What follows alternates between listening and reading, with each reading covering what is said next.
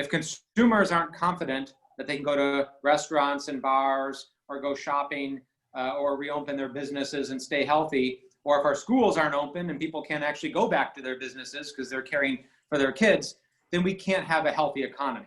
Without people being healthy, our economy cannot be as healthy as we know that it can be. So we have to make sure that we're addressing both health and business and doing it simultaneously.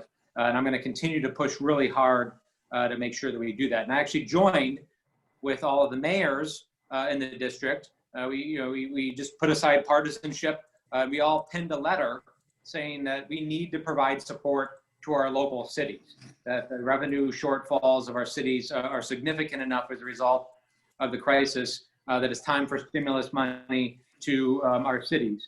And that's not a partisan issue, because we've all joined together and pushed for that, because really soon, if we don't provide that relief, we're looking at layoffs of firefighters, layoff of police officers, cuts in basic services, healthcare services, potholes, all the things that make our communities run, and we just cannot allow that to happen.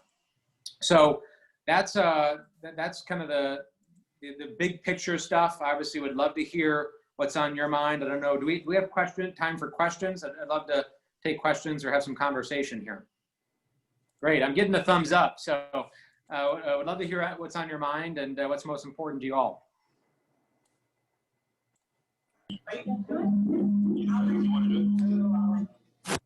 So we're going to walk around and we'll kind of put you in front of whoever's asking the questions so you don't get confused as far as where it's coming from. Sounds good. So Sounds good. Questions, somebody want to kick it off? Paul.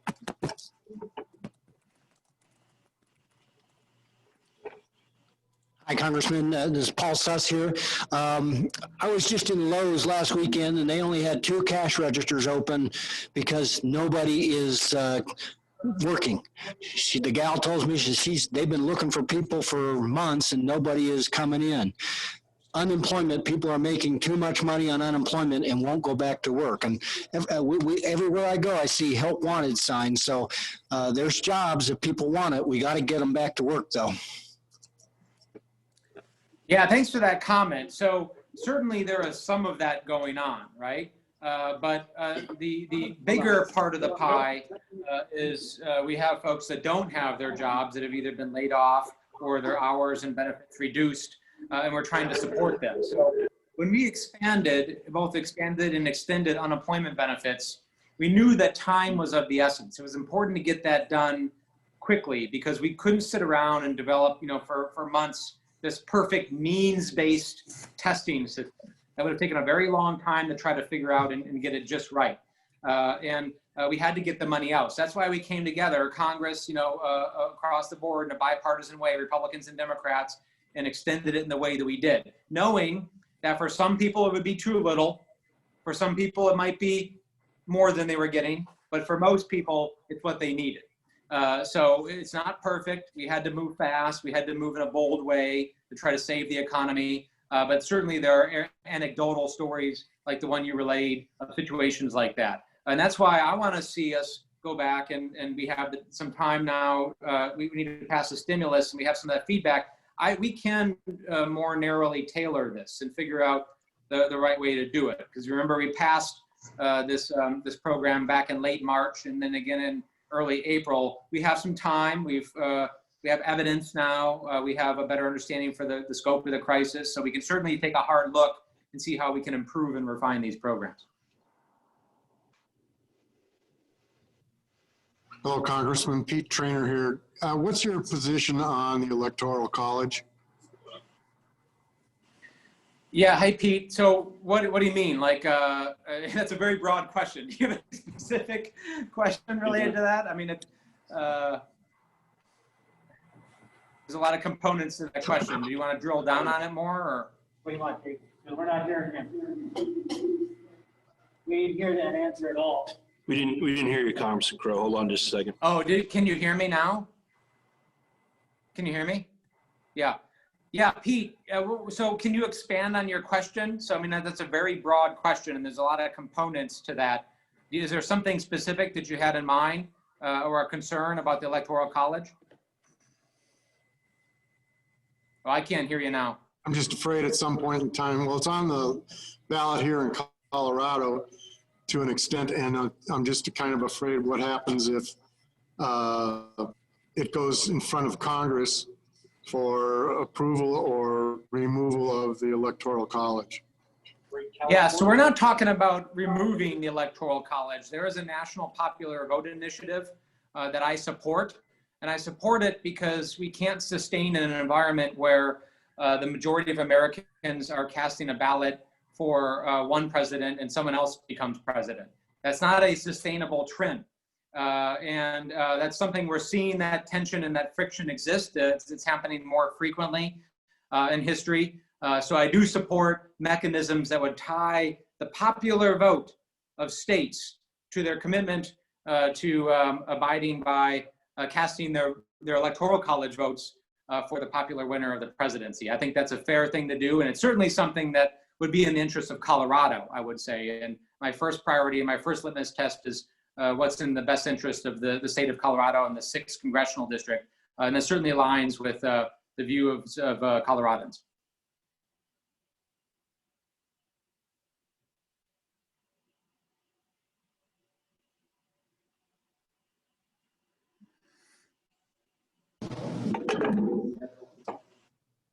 Hi, good afternoon, Congressman. John Wolfkill, fellow, well, now former ISB parent.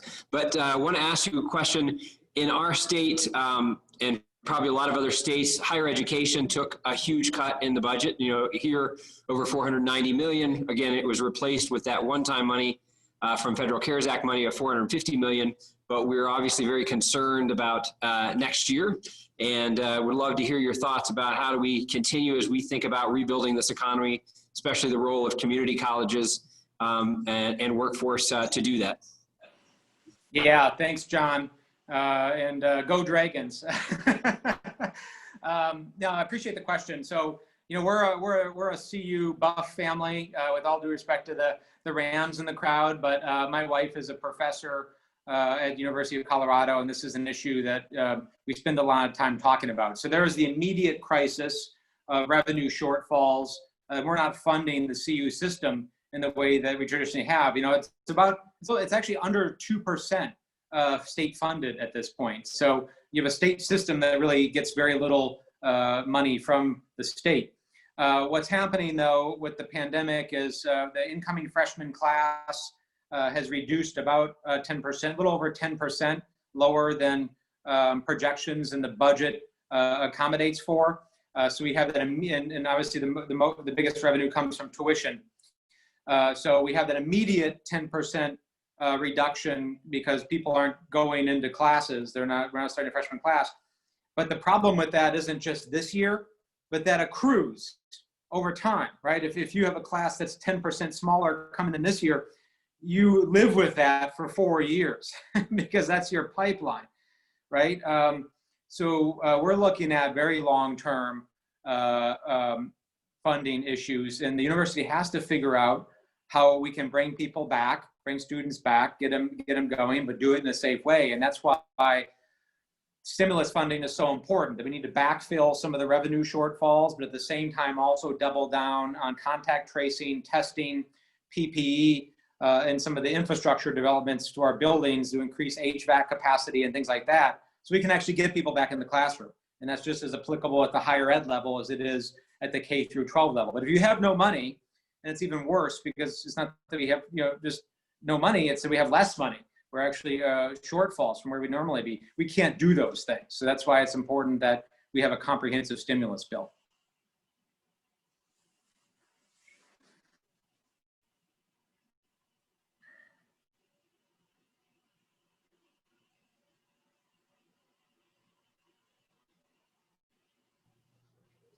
Hi, Congressman. This is PK Kaiser, one of your Hey, PK. resident in your district.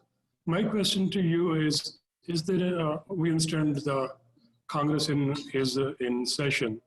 So I want to know if there is any packages, relief packages due to COVID-19 for small businesses, especially self-employed mom and pop businesses. Thank you. Yeah, thanks, BK, and appreciate. It's good to see you, by the way, and thanks for your leadership and work in the community. Yeah, the answer is yes. So 130, I think it's 131 days ago, the House passed the HEROES Act, which provided substantial support to small businesses, as well as additional support for our public health agencies and our local municipalities, our counties, and higher education. It was an across the board comprehensive package, and that's been sitting now for over 130 days.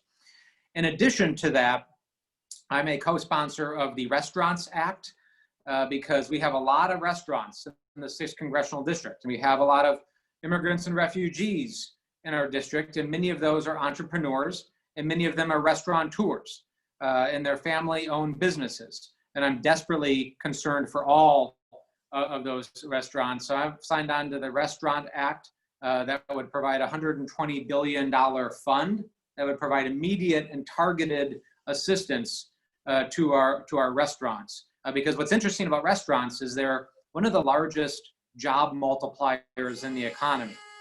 And excuse the beeping, that's my vote, my vote notification. They're one of the largest job creators in the economy. They more than most businesses create tons of jobs even outside of the business. And by some estimates, for every dollar spent in a restaurant, it creates upwards of $10 or more of economic activity. So it's a tenfold multiplier, which is incredible. Because you think about the supply chain, you think about all the supporting businesses around restaurants. So it's really important that we come to the aid of restaurants in particular during this time. But there's also manufacturing issues. I of course, put a lot of emphasis on defense and national security issues. We have over 250 defense, aviation, and aerospace companies in the 6th Congressional District, and making sure that we provide some targeted relief. And most of those are very small businesses, technology businesses, supporting Buckley or supporting some of the prime contractors. It's important that we make sure we keep those folks afloat so that they can continue to do the really important national security work that they're doing for us every day, supporting the really critical functions at Buckley as well.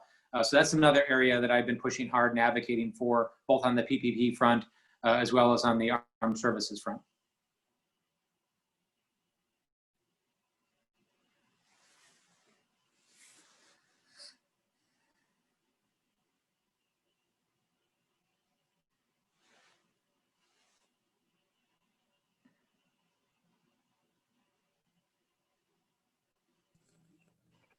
Hello, Congressman. My name is Hi. Nubia Madrid. So my question to you is, throughout the whole pandemic, I've heard a lot of questions as far as PPE. We hear about people and their families dealing with virtual learning, but one of the things that I felt that hasn't been addressed either locally or in Congress is childcare.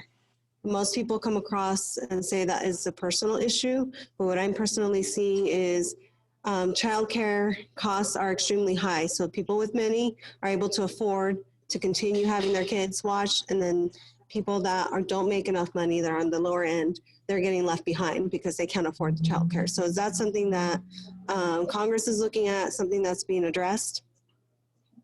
Yeah, I'm so glad you mentioned that. It is a critical issue, and it's not just a family issue if we want to support our families and our kids, but it's also a critical economic issue. And that's why it was so important that we've expanded universal pre-K in Colorado, because we're giving our children such a leg up. And it's proven, it's just absolutely proven that if you provide really quality childcare, pre-K and kindergarten to folks, the success rate is so much higher for families and for children. Rates of poverty, rates of crime and everything else go down as a result of those investments. So it's a really great investment that we make.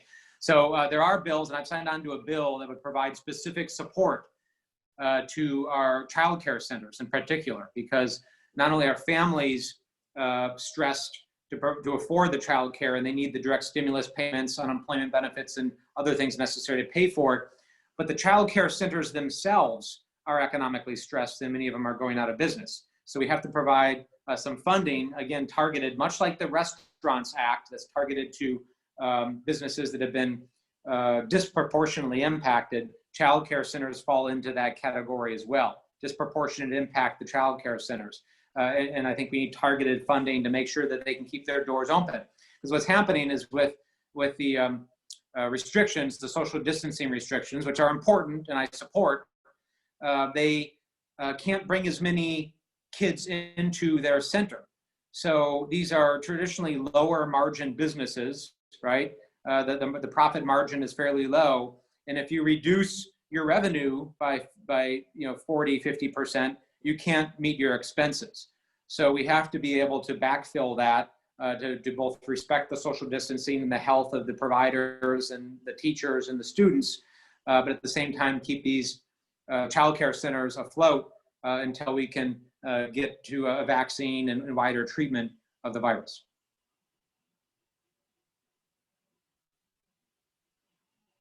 Thank you.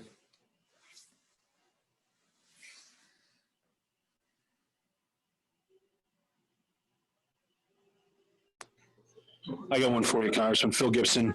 Let's see if I can get my thumb out of the way here. Hey, I noticed part of your initiatives when you took office was to be transparent. And one of the things I noticed is the ICE oversight that you've been involved with. Have you found that that's been effective? I guess, what's your read on, that whole process that you've been involved with? And I know with COVID, it kind of probably took a little bit of the wind out of the sails with that, but what's been your thoughts on that? Yeah, thanks for bringing it up. And don't worry about it. I also have large thumbs, which is a challenge. It's a challenge for us. I can relate. So we launched this program, and so in January, shortly after I was sworn in January 2019, we started to receive a lot of disturbing reports of disease outbreaks and poor conditions and bad food and a variety of other things at the facility. So I take transparency and accountability really seriously. I think that's a fundamental responsibility of an elected official. And that's why I do so many town halls. I show up. I post, by the way, my meeting schedule on my website because I believe this is your office, not mine. And you deserve who's coming in. You deserve to know who's coming in to see me. So you can see that posted meeting schedule. So the more transparency, the better, is my view. I think you get better government and more accountability with that transparency. So I showed up to do an inspection of the facility in February of 19, much like I do with the VA hospital, much like I do with Buckley. I'm at Buckley all the time, conducting reviews and inspections and such, because I just think that's a fundamental obligation of federal facilities. And they wouldn't let me in. I asked 3 times to go, and they said no. It took me almost a month to gain access to the facility. And that just seemed kind of crazy to me that, as a federal elected official, you can't get access to a federal facility in your district. So I looked it up, and my team did the research, and we figured out there was no federal law that required them to give access, that required the detention center to give members of Congress and their staff access to the facility. So guess what I did? I passed a law. I changed it. We enacted a new law in December, and now under federal law, members of Congress and their staff are required immediate access to ICE and HHS and CBP facilities around the country. So I think that's the right thing to do. And then since then, we've embarked on this model where, and this is actually before the pandemic, we would do weekly visits. When I was in town, I would try to visit. Otherwise, my staff would visit, and we check on vaccination rates and health outbreaks, food service, and just basic kind of human dignity type of stuff. And as a result of that, a couple of really important things have happened for both the detainees and the staff. Number one, the Tri-County Health Department has now gotten involved, and they now offer vaccinations for folks. So there's a vaccination program going on there at the facility where there wasn't before. Secondly, we were able to sort out the jurisdictional concerns because nobody knew who, from a health perspective, who had jurisdiction over the facility. CDPHE has jurisdiction over correctional complexes in Colorado, correctional facilities. Tri-County Health has jurisdiction over businesses. So CDPHE was sitting here saying, well, we think it's a business because it's a privately run facility, so we don't have jurisdiction over it. Then Tri-County Health was saying, well, we think it's a correctional facility, because it's a nice facility, so we don't have jurisdiction over it. So nobody was conducting that oversight. So we were able to get involved and actually sort it out, and everyone come to an agreement. So now Tri-County Health has the oversight and is conducting regular reviews and visits. So I think the community is better off as a result of that, from a public health standpoint, a safety and security standpoint, and we're going to continue to do appropriate oversight.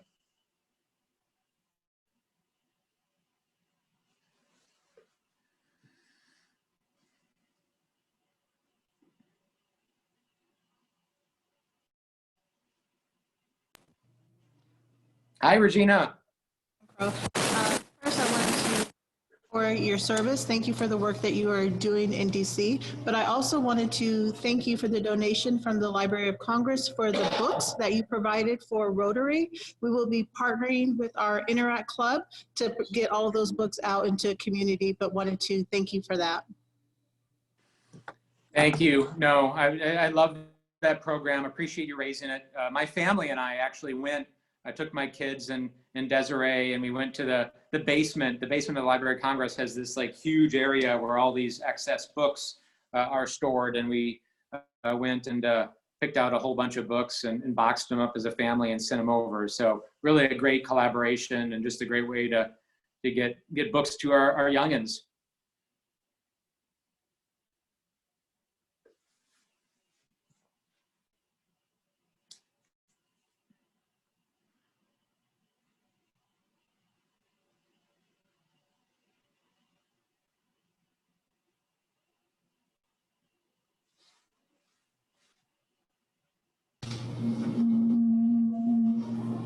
So I think I don't see any other questions.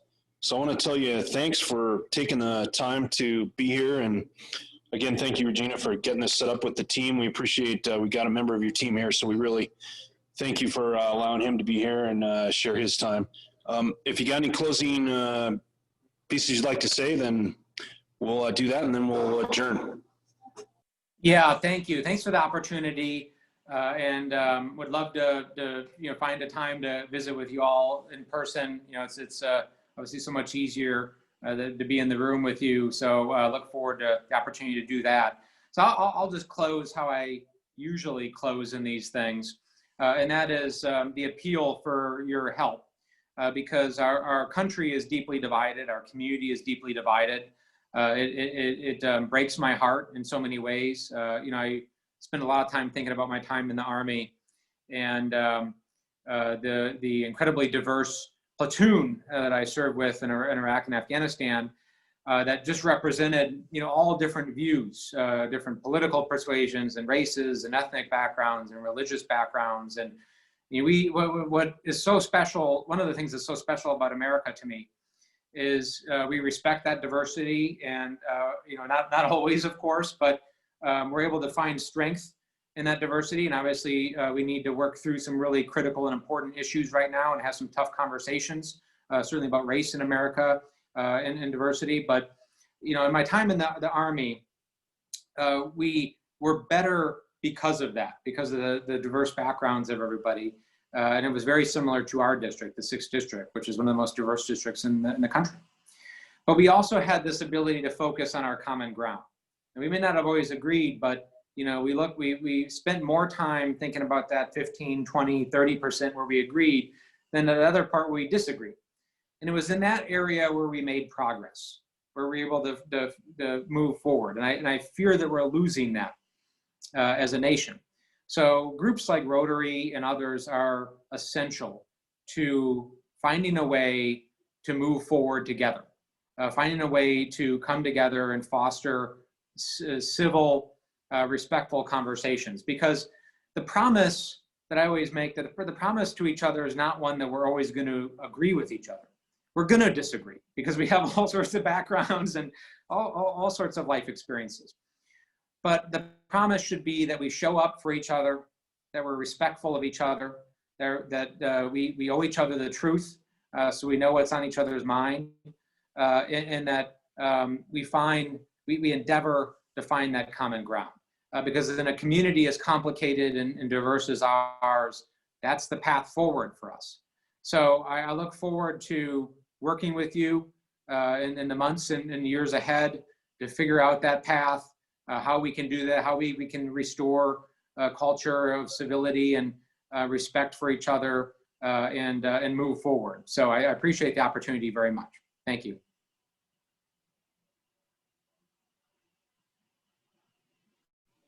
All right, I'm gonna go vote. So thanks all. Take care and be safe.